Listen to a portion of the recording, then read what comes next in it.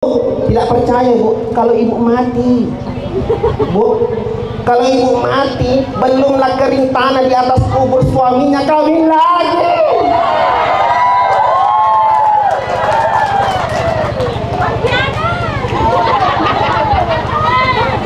Kawin lagi, serius.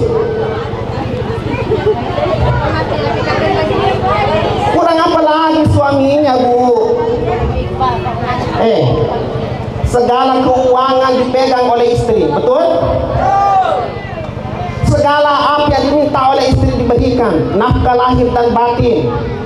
Suaminya tahan tidak beli baju demi istrinya pakai baju baru. Istrinya pakai baju baru terus, setiap acara ganti baju baru terus. Suaminya kapan beli baju? Kalau hari raya Idul Fitri.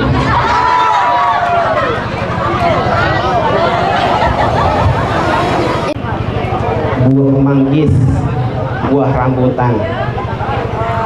Buah manggis, buah rambutan. Hari ini saya tidak berpantun karena saya tidak punya bahan.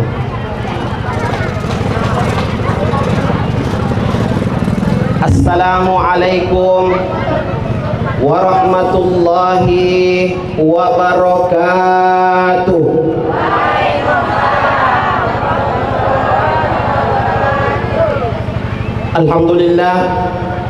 Alhamdulillahilladzi wa kafa. Assalatu wassalamu ala sayyidina Muhammadinil Mustafa wa ala alihi wa sahbihi ahli sidqi wal wafa.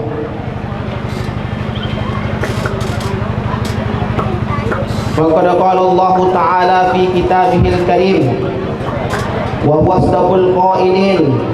A'udzu billahis samii'il 'aliyyyi minasy syaithanir rajim.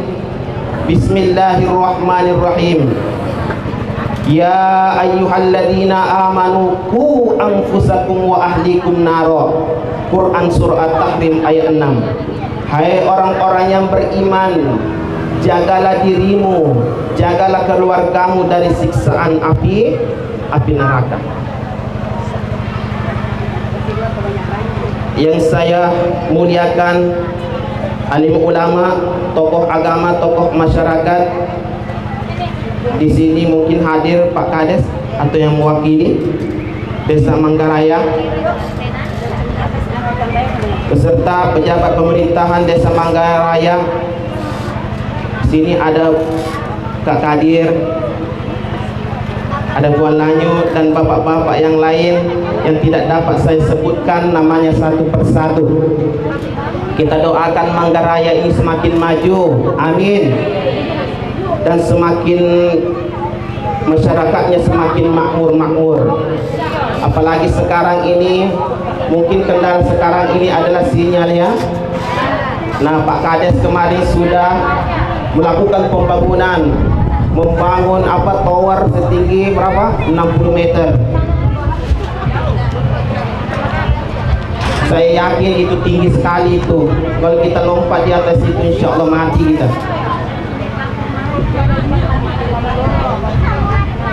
Mudah-mudahan dengan bagusnya nanti sinyal internet, masyarakat Manggaraya bisa jualan di online. Amin. Macam-macam, ada jualan perabot, ada jualan bedak, ada jualan ibu-ibu jualan daster.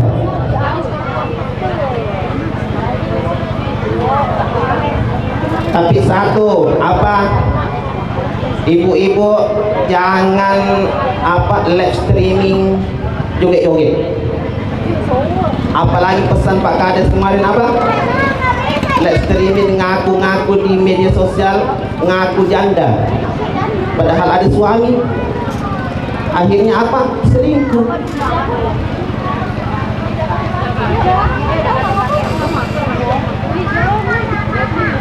Hadirin bapak-bapak, tamu undangan serta ibu-ibu, subhanallah cantiknya luar biasa.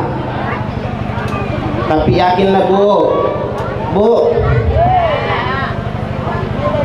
kecantikanmu itu jangan bikin engkau berbangga diri. Karena kenapa? Kecantikan itu sementara. Hari ini ibu bisa cantik, karena umurnya masih muda. Semua orang ketika melihatnya menetes air liur karena masih muda. Nanti kalau umur 60 tahun, yang menetes bukan air liur tapi air mata. Kenapa? Kasihan kita melihatnya. Rambutnya sudah putih, giginya sudah pada rontok,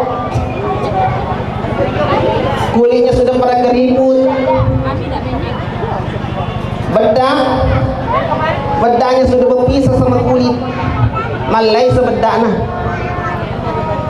Gincunya mana gincu mana bibir. Jangan berbangga diri. Ini sibuk selfie. Yang cantik sibuk selfie, yang tidak cantik tidak selfie. Tapi ada Pak Ustaz tidak cantik tapi selfie. Itu tidak cantik tapi sok kecantikan.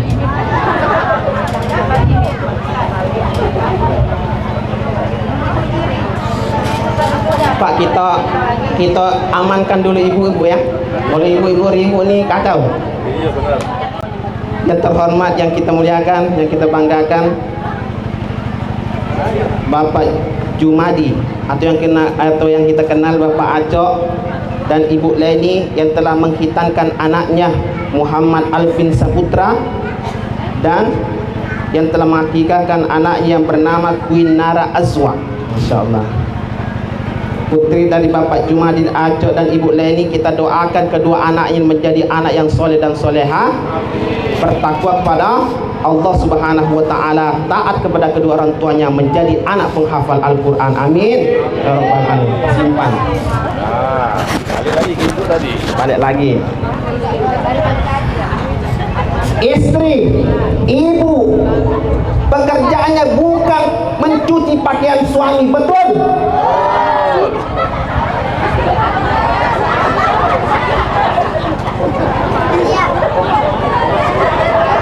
Istri atau ibu pekerjaannya bukan untuk masakin suami, betul? Dengar Pak.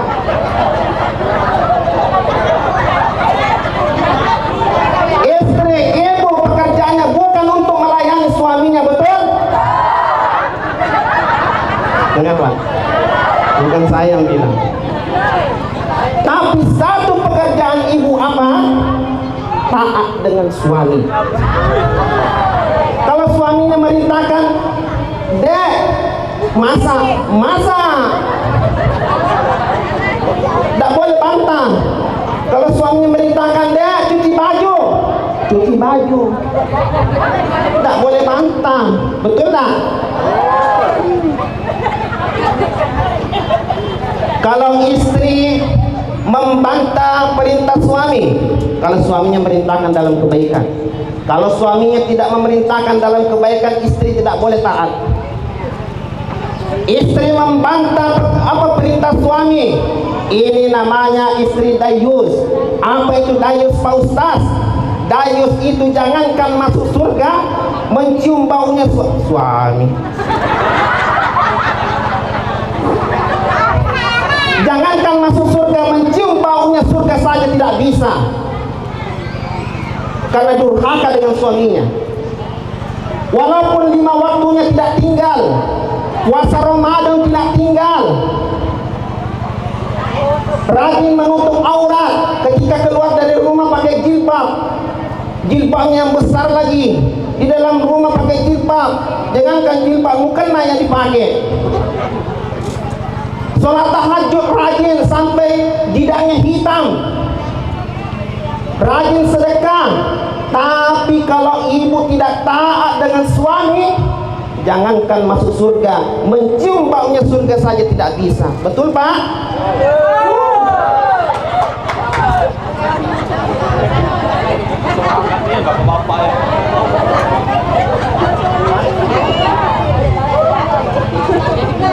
Ini suami dimarah-marahin.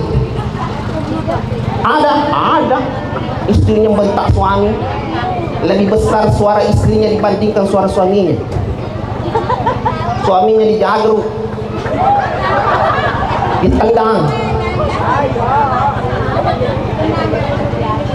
Kalau ada istri yang meninggal dunia, ya, kalau ada istri yang meninggal dunia, kemudian suaminya menangis di depan jenazah istrinya, mendoakan istrinya, sayang, karena ingat kebaikan istrinya, taat dengan suami, tidak pernah membantah perintah suami, insya Allah istri seperti ini masuk ke dalam surga. Betul? Tapi justru sebaliknya, kalau ada istri meninggal dunia, suaminya menangis di depan jenazah istrinya, kemudian suaminya menangis dan mengatakan, sayang, cepat sekali kau pergi, aku tidak sanggup lagi untuk hidup di dunia ini.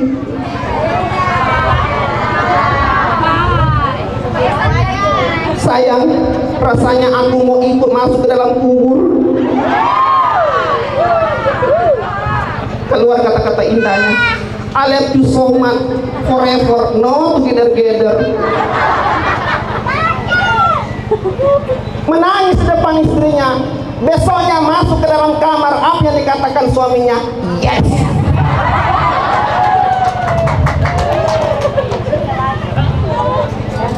Bebas. Hari ini mak lampir sudah tidak ada di rumah. Besok aku mencari janda. Oh, aku mencari gadis-gadis yang cantik. Duit ada. Bu, tidak percaya bu, kalau ibu mati, bu, kalau ibu mati, belumlah kering tanah di atas kubur suaminya, kawin lagi.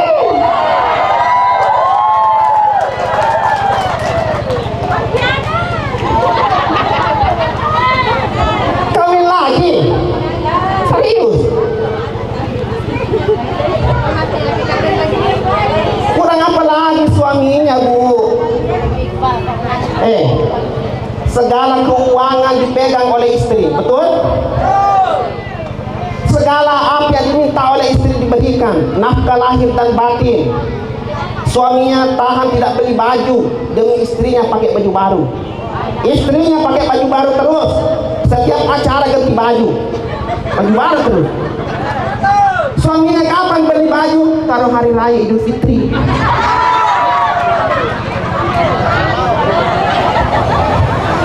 Itu terus bajunya dipakai. Pergi ke acara akikah, pendek toyang, itu bajunya dipakai. Pergi acara pengantin, itu terus bajunya dipakai suaminya. Akhirnya ditegur oleh istrinya, Pak, tidak usah lagi lah pakai baju itu. Baju papa kan cuma satu, nanti cepat hancur itu bajumu. Karena suaminya takut sama bini, akhirnya digantilah bajunya. Karena baju suami cuma satu, kebetulan kemarin habis kampanye, akhirnya pakai baju partai. Iya, baju partai itu kan tipis, coblos nomor 1. Itulah dipakai bajunya pergi acara magere-gere, acara madomeng, pergi ke pasar, pergi sholat berjemaah di masjid. Akhirnya tahun kedua lah koyak baju itu. Tahun ketiga suaminya tidak pakai baju lagi. Sehingga survei membuktikan banyak laki-laki yang tidak pakai baju dibandingkan perempuan tidak pakai baju. Betul? Masih mau durhaka kepada suaminya. Salah apa kami bu di depan ibu, coba? Betul tak Pak? Nah, itu suara bapak dalam tekanan.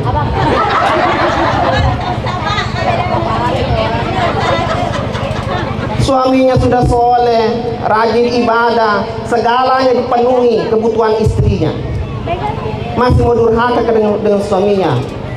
Istri seperti ini jangankan masuk surga, mencium baunya surga saya tidak bisa. Kenapa? Durhaka dengan suami. Jadi ibu, bu, tidak usah lihat ke sana. Itu di sungai itu banyak buaya yang nonton aku ceramah. Ibu, pulang ke rumah nanti minta maaf sama suami tadi. Ya bu ya. Akhirnya pulang ke rumah minta maaf. Papa, sayang, betul gak? Aku minta maaf ya, Tumben-tumben kau minta maaf. 10 tahun kita menikah, baru kali ini aku dengar kau minta maaf. Tidak sayang. Tadi itu aku hadir acaranya Pak Aco, acara akikahnya. Aku dengar Ustaz Ismail ceramah. Kata Ustaz Ismail, kalau istri durhaka dengan suaminya, jangankan masuk surga, mencium baunya surga saja tidak bisa. Jadi aku minta maafnya sayang, aku banyaknya dosa sama kakak tuh. Apa kata suaminya? Memang kau banyaknya dosa sama aku. Iya sayang, aku minta maaf ya. Iya. Tapi janji jangan marah ya. Ada kesalahan aku yang mau aku sebuti. Kata suaminya, tidak, sebutilah. Nah, tahu enggak kak? Duit kakak tuh galak hilang kan di kantong celana. Selama ini didorong di dompet. Akulah kak yang ngambilnya. Kata suaminya, rupanya kau yang ngambil duit aku selama ini. Pak, kalau ada istri sudah nangis-nangis, tersuang-suang bahasa Palembangnya seperti itu, minta maaf, dosa dimarahi lagi Pak. Itu tanda istri sudah tobat nasuha. Singkat waktu, hampir jam 12. Kita masuk materi. Rasulullah Sallallahu Alaihi Wasallam bersabda, apa kata Nabi? Min haqqil waladi alal walidi salasatu asya. Ada 3 hak anak terhadap kedua orang tuanya. Yang pertama, ayyuhsina ismahu idza wulida, memberikan nama yang baik ketika anak itu dilahirkan.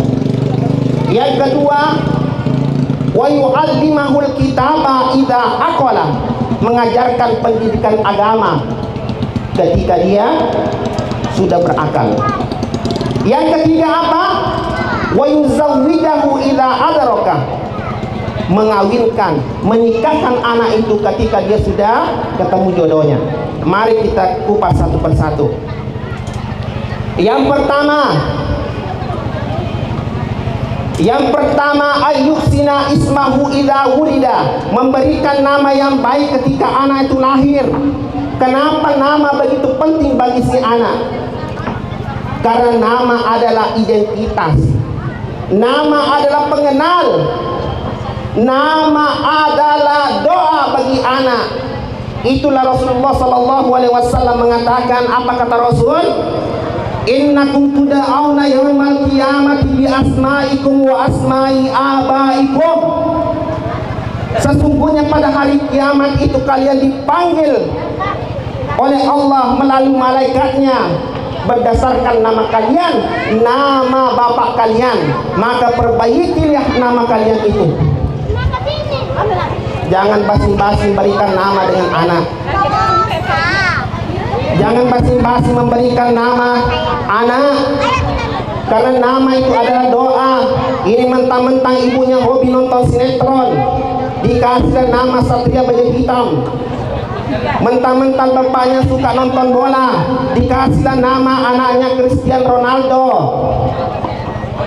Oh Pak Ustaz, aku pengen yang Pak Ustaz anak aku tuh kalau dia berdagang selalu untung, tidak pernah rugi. Kasih nama anaknya Induk Laba. Aku pengen Pak Ustaz anak aku tuh kalau ngitung duit selalu cukup duitnya, dikasihlah nama Induk Genuk. Aku pengen Pak Ustaz anak aku tidak sakit-sakitan, banyak tuh anak tetangga meninggal dunia, jadi kasihlah nama-nama anaknya Ambok Tuo. Nama adalah doa, maka jangan basi-basi berikan nama yang salah untuk anak. Berikan nama yang baik. Saya ketika lahiran, bukan saya lahiran, anak saya lahir. Ya, istri saya lahiran. Cerita sedikit, anak pertama. Anak saya lahir, saya minta kepada Pak Kiai nama. Saya datang ke rumah Pak Kiai, Assalamualaikum Kiai. Iya, waalaikumsalam. Pak Kiai, alhamdulillah istri aku lahiran Pak Kiai. Anak aku lanang. Oh lanang ya, alhamdulillah. Jadi maksudnya apa? Anak mau minta nama Pak Kiai. Nama ya? Iya. Jam 8 pagi aku mengajukan nama sama Kiai. setengah 12 baru dikasih. Kenapa? Pak Kiai tidak melihat berdasarkan arti saja, tapi Pak Kiai melihat ada hikmah di balik nama itu. Betul? Betul, sahabatku Pak Pitono. Masya Allah. Akhirnya Pak Kiai setengah 12 saya dipanggil. Ismail ta'al. Ismail ke sini. Khud kirtas wal kolam. Ambil kertas dan pena. Uktub ismu waladuka. Tulis nama anak kamu. Naam Pak Kiai. Man ismu Kiai? Ismuhu, tulis. Ismuhu Ahmad Mukhtar Mubarak. Oh, Ahmad Mukhtar Mubarak Kiai. Naam. Manahu Kiai? Ahmad ismu apa? Ahmad maknahu anak terpuji, mempunyai sifat yang terpuji. Mukhtar ismul akhar min ismul Muhammad, nama lain daripada Nabi Muhammad, itu Mukhtar. Mubarak huwa wulida fi syahril Zulhijjah, dia dilahirkan pada bulan Zulhijjah. Karena bulan Zulhijjah adalah bulan yang diberkahi, maka dikasihlah nama Mubarak ujungnya. Jadi apa artinya pakai Ahmad Mukhtar Mubarak? Artinya anak yang terpuji seperti Nabi Muhammad sallallahu alaihi wasallam, seperti itu. Harus tahu arti daripada anak. Datang ke ustaz, datang ke kiai, jangan ngambil basing-basing di Al-Quran. Kapan ditanya dari mana kau ngambil nama anak kau? Anak kau siapa namanya? Anak aku Pasya Pak Ustaz.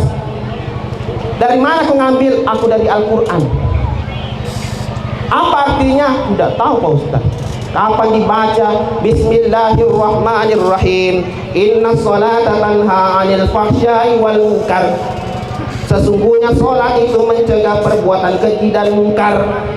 Jadi nama anak kau keji, anak kau itu Pasya namanya. Innalillahi wa inna ilaihi rajiun. Kasih nama yang baik bagi anak. Setelah dapat nama untuk anak, apa yang dilakukan orang tuanya? Kata Nabi apa?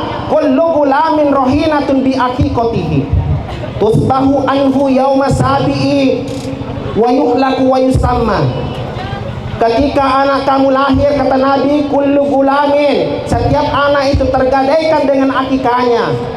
Pada hari ke-7 disembelihkan kambing, dipotong rambutnya, diresmikan namanya. Tidak sanggup hari ke-7, hari ke-14. Tidak sanggup hari ke-14, hari 21. Tidak sanggup lagi, belum ada uang. Tunggu dia balik, tidak jadi masalah. Tidak sanggup lagi, tunggu dia menikah.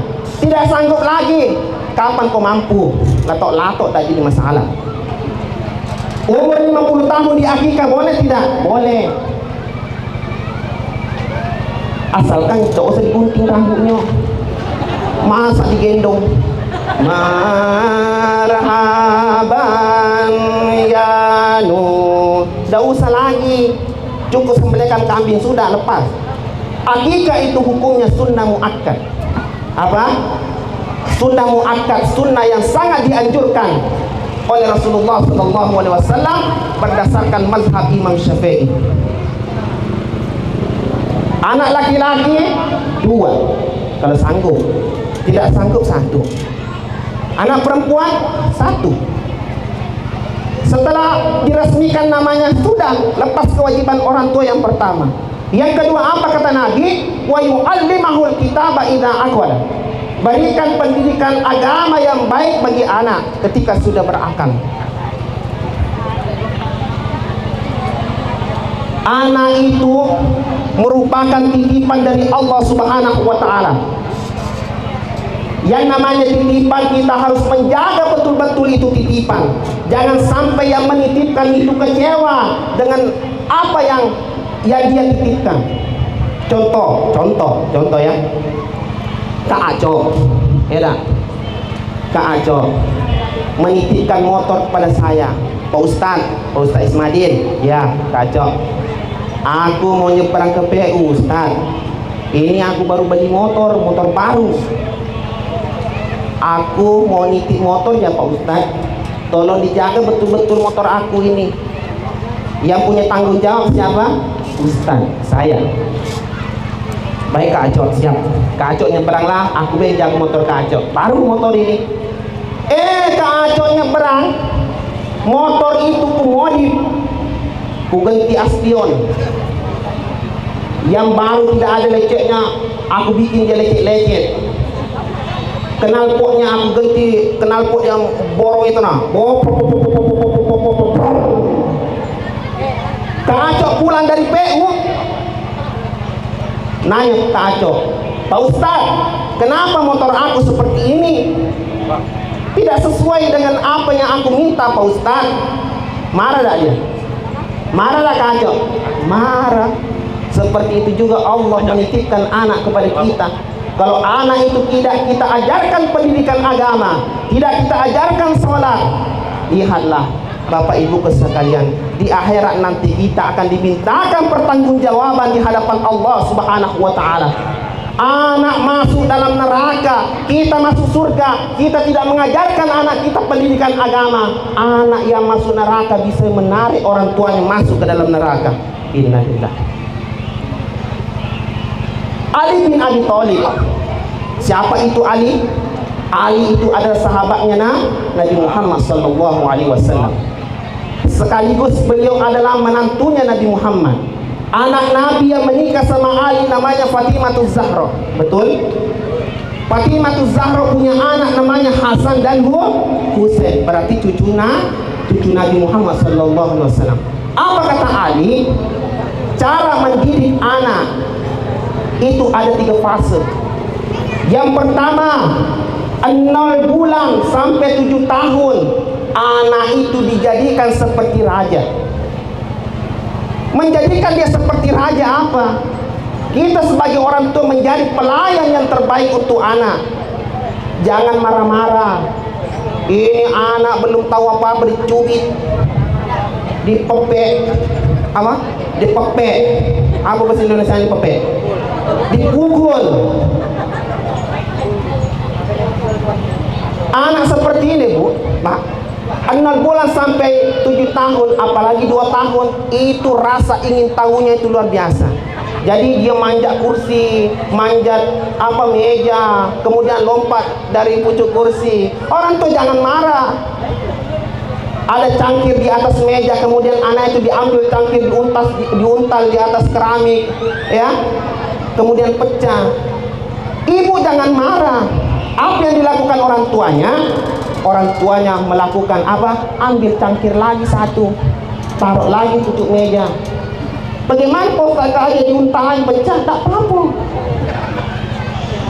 Ajarkan anak itu ambil lagi cangkir. Nah, cangkir ini tidak boleh kita untal, harus taruh di tempat yang benar. Ajarkan anak. Jangan dimarahi. Ini ibu-ibu kadang marah-marah sama anaknya. Anak tidak punya dosa, tidak boleh kita marahi. Betul? Terus anak usia seperti ini perlu saya ingatkan, jangan dikasih gadget atau HP. Betul? Awalnya ini orang tua harus perhatikan, jangan dikasih HP. Kenapa? Apa bahayanya? Anak kalau dikasih HP itu dia sakit badannya. Kenapa dia sakit? Itulah kemarin ada berita banyak anak yang meninggal dunia gara-gara ginjal, gara-gara dia sakit kena kencing manis. Anak kena kencing manis bayi. Kenapa dia sakit? Dia menyalahkan susu. Bukan masalah dengan susu, tapi orang tuanya sekarang banyak orang tua yang memberikan HP kepada anak. Kenapa? Dengan HP anak itu bisa duduk mantap di kursi, betul tak? Bisa duduk mantap, dia main HP tidak bergerak. Akhirnya keringat anak itu tidak keluar. Keringat anak tidak keluar, gampang terkena penyakit, betul? Itu dari kesehatan badan. Dari otak itu sudah terbelah otaknya. Dia tidak fokus lagi dengan pelajaran di sekolah. Karena kenapa? Ada HP yang selalu diingat di rumah. Pindahkan HP. Gitu ya. Terus anak seperti ini 0 sampai 7 tahun. 0 sampai 7 tahun ini orang tua harus memberikan pelajaran yang baik untuk anak. Orang tua harus memberikan contoh yang baik. Ada orang tua yang tidak memberikan contoh yang baik, ada. Orang tuanya memerintahkan anaknya, "Nak, kalau minum itu duduk ya," tapi orang tuanya minumnya berdiri. Kata mamanya, "Nak," anak perempuan, "kalau keluar rumah pakai jilbab," tapi ibunya tidak pakai jilbab. Orang tua yang baik seperti apa? Orang tua yang baik ketika memerintahkan kepada anak, "Nak, sholat," tapi orang tuanya dulu sudah mencontohkan anaknya. 0 sampai 7 tahun, anak ini melakukan sesuatu apa yang dia lihat, apa yang dia dengar. Di masjid, kemarin saya ceramah di Palembang, di masjid. Ada anak-anak ribut di belakang. Ketua masjid marahi anak-anak. Saya tegur Pak Ketua masjidnya. "Hei Bapak, anak-anak ribut di masjid, jangan Bapak marahin." "Kenapa itu Pak Ustaz?" "Iya, kalau Bapak nanti meninggal dunia, siapa yang mau menggantikan Bapak datang ke masjid? Kalau Bapak marahi anak itu, besok diajak oleh orang tuanya datang ke masjid, tidak mau anak itu.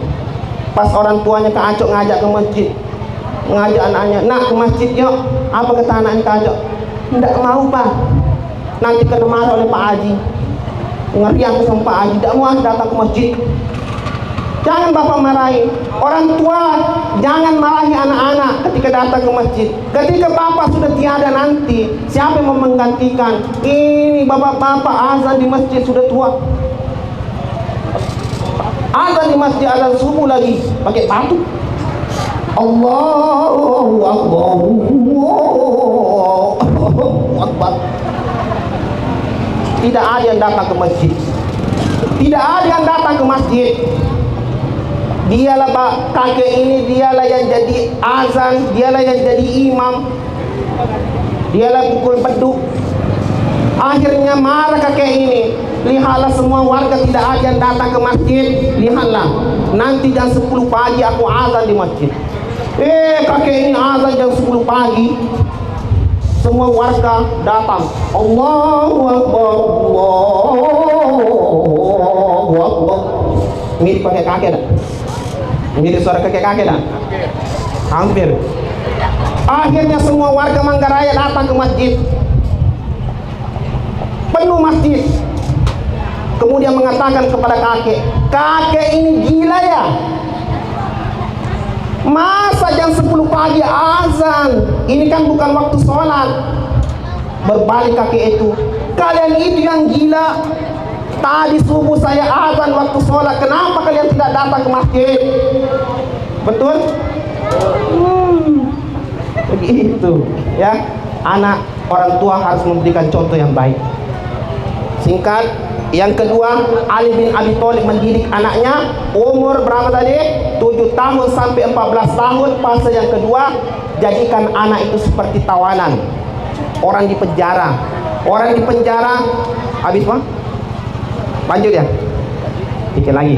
Orang di penjara itu bukan artinya anak kita tidak boleh keluar dari rumah. Orang tua harus memantau terus anak. Karena kenapa? Banyak sekarang orang tuanya baik agamanya, ibunya baik agamanya, tapi anaknya pergaulan bebas. Karena kenapa? Lingkungan. Ajarkan dia tentang hak dan kewajiban. Nah, sekolah kau nak. Kalau kau tidak sekolah, dongok kau tuh. Nah, sekolah kau. Nah, sholat. Kalau kau tidak sholat, bapak yang berdosa. Ajarkan seperti itu. Umur berapa? 7 sampai 14 tahun. 14 tahun, fase yang ketiga, sampai 21 tahun, jadikan anak itu seperti sahabat kita. Apa fungsinya Pak? Kalau orang tua menjadikan anak seperti sahabat, anak itu ketika ada masalah, dia curhat dengan orang tuanya. Betul? Betul. Seperti itu. Kemudian kata Nabi yang ketiga apa? Wa yuzawwijahu idza adraka. Menikahkan anak ketika sudah ketemu dengan jodohnya. Orang tua jangan halangi jodoh anak. Orang tua jangan halangi jodoh anak. Orang tua cukup mendoakan, kasih tahu orang tuanya, "Nak, kalau kau mencari pasangan nak, baik laki-laki maupun perempuan, carilah yang bagus agamanya. Mau dia itu orang Bugis, mau dia itu orang Jawa, baik itu orang Melayu, baik itu orang Sunda, baik itu orang Komering, orang manapun, lihat agamanya, ya.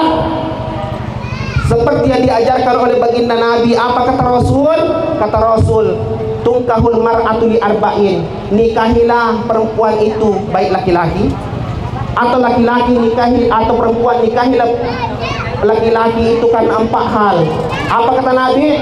5 liha, karena dia itu kaya, betul? Yang kedua, walinasabiha, karena keturunannya baik-baik, tapi jangan dijadikan itu sebagai patokan, ya. Waljamaliha, lihatlah karena kecantikannya, tapi jangan kecantikan, kegantengan jadikan patokan. Hari ini dia cantik karena masih gadis, nanti kalau umur 60 tahun. Walidiniha, jadikan agama menjadi patokan. Insya Allah nak, kalau ketemu seperti ini, agamanya bagus, insya Allah pilihlah dia nak.